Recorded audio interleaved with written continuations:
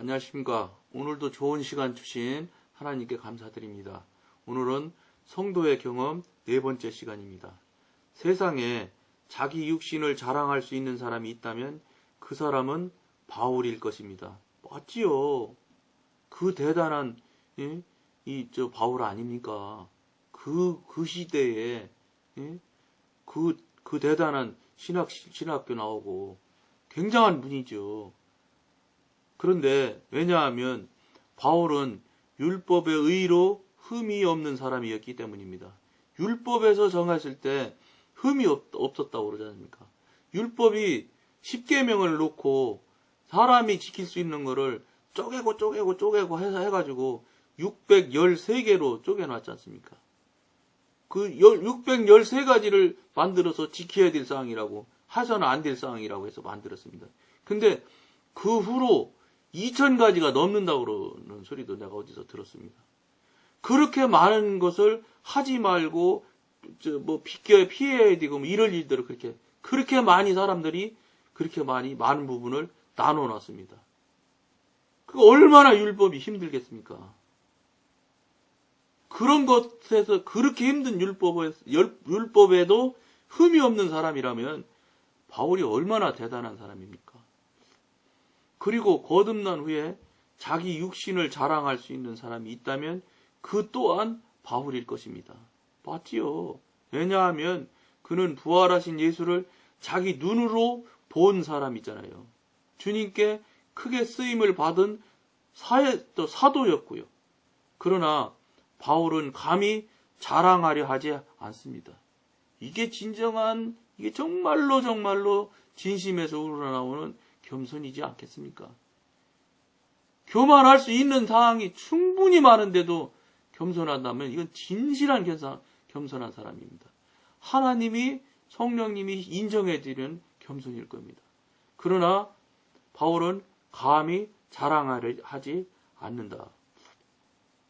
그는 자신의 육신을 잘 알기 때문입니다. 이게 참 중요한 일입니다. 육신은 깜빡하면 넘어지기 때문에 이분은 정말로 정신 차리고 살았을 겁니다. 말도 못하게 자기 자신에게 아주 대단히 정말 자기 자신한테는 아주 냉정했을 것입니다. 그의 로마서 7장의 경험은 자신이 어떠한 사람인지를 충분히 깨닫게 해주었다. 하나님께서는 이미 바울의 눈을 열어 경험을 통해 그 육신 안에 선한 것이 거하지 않고 오직 죄만이 거한다는 사실을 보여주셨다. 이걸 지금 우리가 말하는 게 아니고 하나님, 성령님이 말하는 게 아니고 바울이 지금 이렇게 말했다는 겁니다. 육신을 입은 사람도 이런 얘기를 했다는 것입니다. 바울이 과거에 자랑하던 자기 의도 이제는 쓰레기와 배설물과 같이 여겼습니다. 이건 익히 성경 말씀 아닙니까? 그는 이 교훈을 아주 잘 배웠습니다. 그래서 다시는 육신을 신뢰하려고 하지 않았습니다. 그러나 바울은 여기서 멈춘 것이 아니라 계속해서 배웠습니다.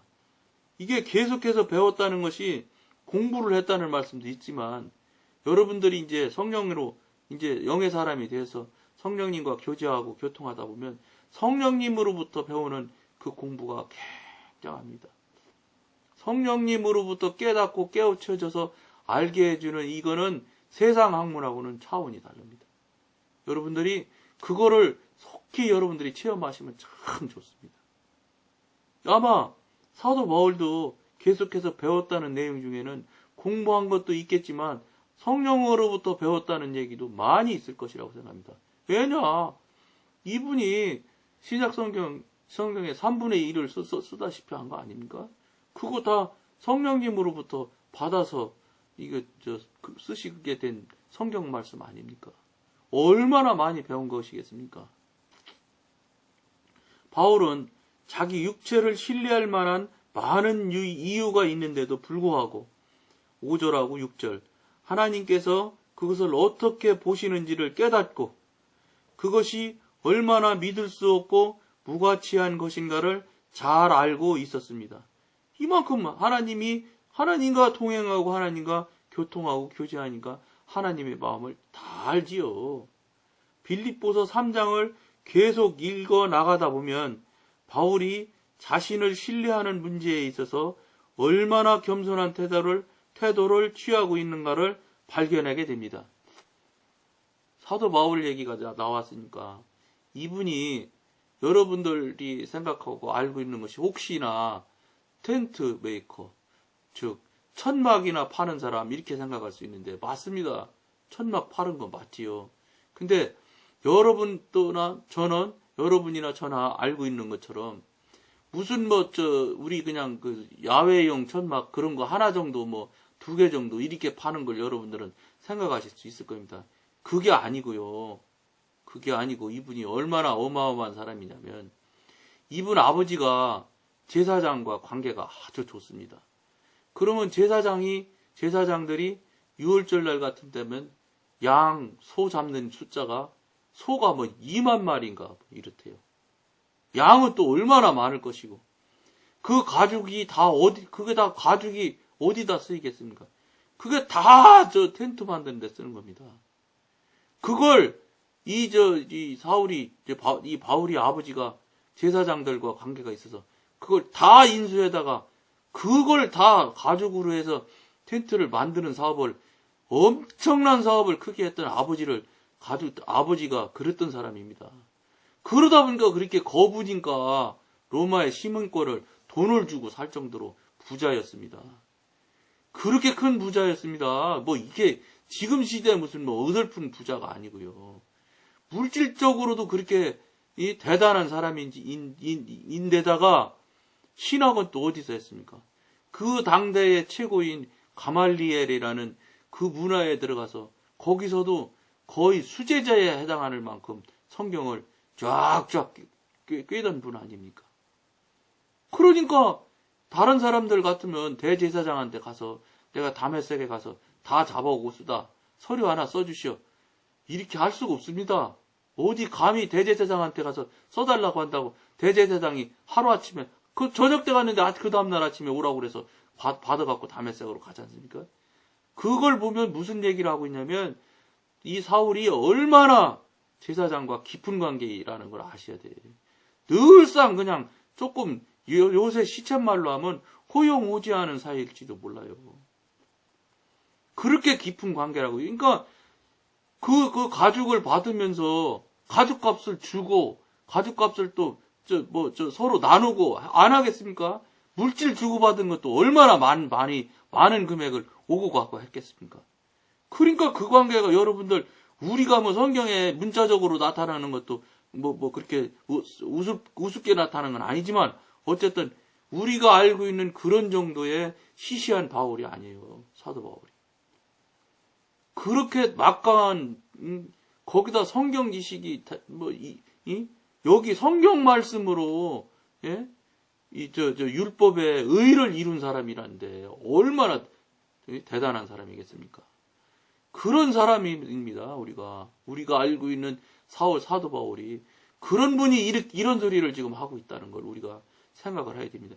그 정도의 사람이 이런 걸 그 대단한 재산 그걸 다 버린 거 아니겠습니까? 재산 갖고 뭐 했다 소리 한 번도 안 나오지 않습니까? 그리고 그분이 전도여행 갔을 때 전도여행지에서 정말로 그때는 천막 만들어서 팔았어요. 그때는 진짜 한 개 만들어 팔고 한 개 만들어 팔고 했겠지요. 천막도 만들 줄 아는 기술이 있으니까. 아버지부터 천막 장사를 했으니까 당연히 기술이 있겠지요. 잘 만들겠지. 근데 우리가 알고 있기로는 그렇게 그냥 조그만 무슨 천막 장사가 아니라는 겁니다. 이거는 대기업입니다. 대기업. 그런 분이 그 많은 재산을 어디다 했다고 성경에 하나도 안 나와요. 근데 추측할 수가 있는 일이 있어요. 무슨 일이냐? 초대교회 교인들은 다 자기의 재물을 다 팔아서 다 공동체에다 다 내놨어요. 저는 사도 바울이 자기 위에서 자기 자녀도 없는 사람인데 어디다가 따르게 재산으로 놔뒀을 거라고 보지 않아요. 반드시 성경에는 안 나왔지만 분명히 공동체들이 위해서 쓰는데 내놨을 거라고 봅니다. 그는 그 많은 물질들을 버렸겠습니까? 안 버렸을 거라고 난 봅니다. 그렇게 했음에도 불구하고 그분이 이렇게 하나님 앞에 겸손할 수 있다는 거예요.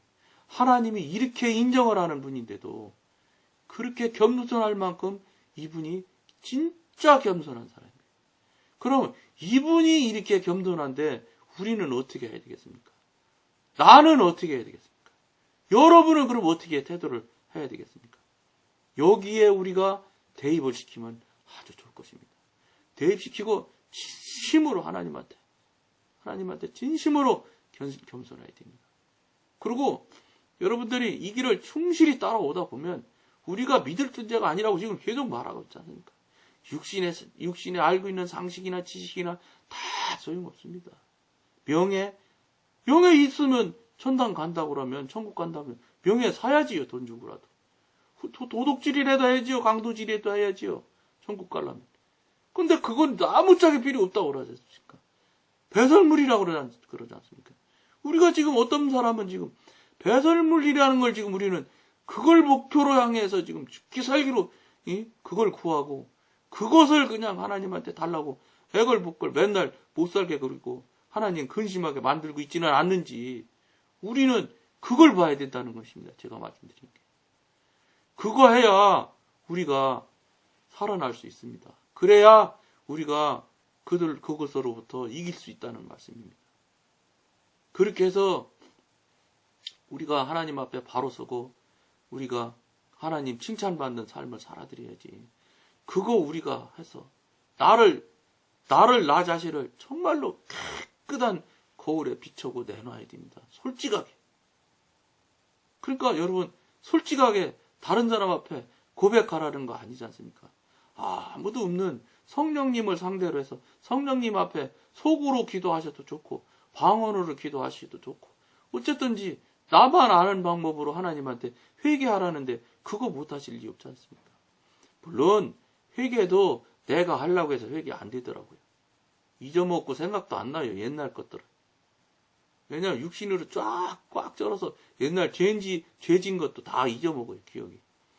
물론 생각나는 거 싹 다 고해내십시오. 그리고 다시는 다시 반복해서 짓지 마시고 그 다음에 성령님 도우심을 받아서 옛날 것들, 잊어먹은 것들, 생각나지 않는 것들 도와달라고 해서 그것까지 다 회개하는 그런 절차를 빨리 우리가 밟아야 됩니다. 그래야 우리 제자리 사고 우리 살아갈 수 있지. 그참 우리 못 삽니다. 이거 사람은 또 뭐합니까? 몇십 년 더 산들 분명한 건 지옥 가는 게 분명하면 뭐하러 더 산대요? 사는 것 자체가 전 시간에도 말씀드린 것처럼 고난이고 고통인데 숨 쉬는 것 자체가 고난 고통이에요. 정말로 하나님의 온전한 영적인 사람이 되면 이 땅에서도 물론 하나님은 이 세상 천국을 누릴 만큼 누리라고 행복을 충분히 누리다가 더 만배도 천만배도 더디는 더 큰 행복을 저 하늘나라에서 누리라고 하나님은 시간을 주시고 기회를 주셨지만 이 세상에서 과연 그 대단한 행복을 누리는 분이 몇 분일까나 있을 것 같습니까? 없습니다. 정신신경학자인가 이런 분들이 조사를 해봤는데요. 사람이 일생 동안 살아가면서 행복한 시간이 얼마나 되냐 이렇게 물어보면 고통한 시간이 95%라면 행복한 시간은 5%도 안 된대요. 행복을 느끼질 못해요, 사람이. 예를 들어 어떤 재벌 회장 같으면 여러분 행복할 것 같지요? 아니에요. 그 사람한테 가보세요. 걱정이 더 많아요. 옛날 그 어른들 말씀하시잖아요. 만석군이는 만 가지 고민을 하고 천석군은 1000가지 고민을 한다고 그런 얘기 하지 않습니까? 많이 가졌다고 행복하는 거 아닙니다. 그렇다고 그럼 없으면 행복하냐? 그것도 아니죠. 없으면 더 고단한데 어떻게 행복하겠어요? 이러하나 저러하나 행복은 한계가 있어서 없어요. 그러면 뭘 해야 되겠습니까? 천국 가는 일 열심히 준비하고 그 일을 열심히 내서 성령님이 기뻐하셔서 성령님이 기뻐하는 얼굴로 그윽한 미소를 지으면서 나를 바라보고 있는 그분을 손을 붙들고 그분의 얼굴을 볼 때 여러분 행복해지지 않을 사람은 이 세상 어떤 사람도 없을 것입니다. 그것이 지워지지 않는 행복입니다. 그것이 정말로 영원으로 가는 영원히 갈 수 있는 행복일 거라고 저는 생각을 하고 이 길로 충심히 열심을 내서 가자고 지금 노력하고 여러분들과 같이 하기를 원해서 이 시간을 하는 것입니다. 우리 같이 갑시다. 저도 조금이지만 되는데 왜 여러분이 못 되겠습니까? 저도 그것이 그 일들이 능수능란하게 될 수 있도록 열심히 하고 여러분들도 저를 위해 기도해 주셔서 같이 갑시다. 같이 합시다. 같이 천국을 누립시다. 감사하고 오늘은 여기까지만 하겠습니다. 감사합니다.